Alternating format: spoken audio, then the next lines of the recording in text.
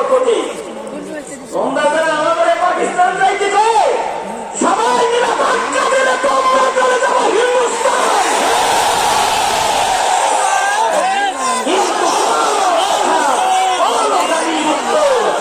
এই আলেমরা দেন, এটা তাদের সারাঘাত, এটা তাদের ভদ্রতা, এটা তাদের এটা তাদের ওই গুণ, যে গুণের কারণে আল্লাহর কাছে মাহবুব হওয়া যায়।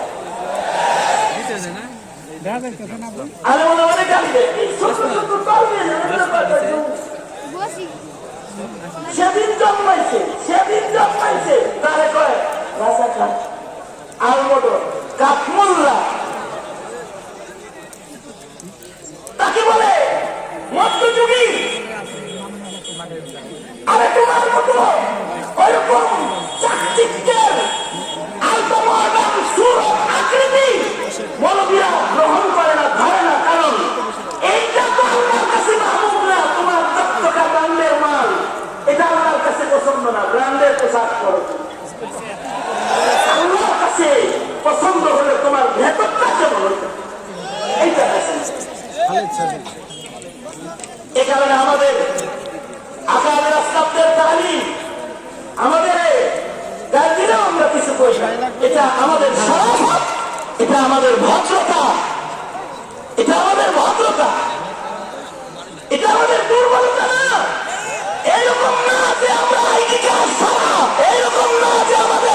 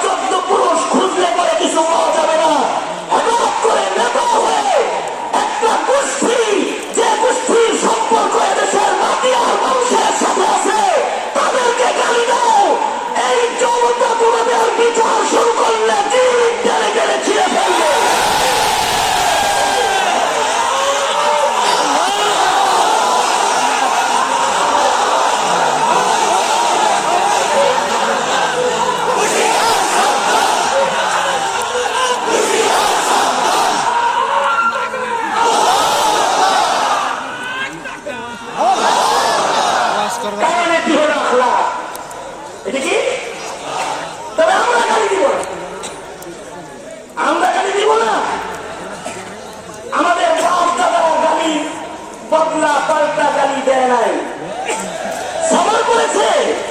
কেউ গালি দিলে তার জন্য শান্তির দোয়া করেছে, আমরাও শান্তির দোয়া করি, ঠিক কিনা? আওয়াজ করে বলেন ঠিক কিনা? وعباد الرحمن الذين يمشون على الأرض هونا وإذا خاطبهم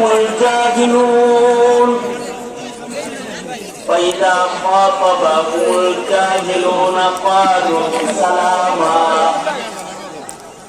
রহমানের গোলামদের একটা গুণ, ভাই আমরা একটু বসি। আল্লাহ জান্নাতি বান্দাদের গুণ, যে গুণের কারণে বান্দার নাম আসমানে জান্নাতি বান্দার দপ্তরে চলে যায়। সেই গুণের ভিতরে একটা গুণ হলো বিনয়ী চলা, অহংকারী না, ফখুর চলা না, অহংকারী বেশি চলাফেরা না, তাকাব্বুর অহংকার দিয়ে চলাফেরা না, তাওয়াজু বিনয় দিয়ে সুসজ্জিত চলাফেরা। এমন একটা সাবেক বদনের মালিক হয়ে চলাফেরা করা, যে বদনের ভেতরে থাকে ধৈর্য। মানুষ যদি গালি দেয়, তাওয়াজু ইনকিসারি এত যে পাল্টা গালি তারা দেয়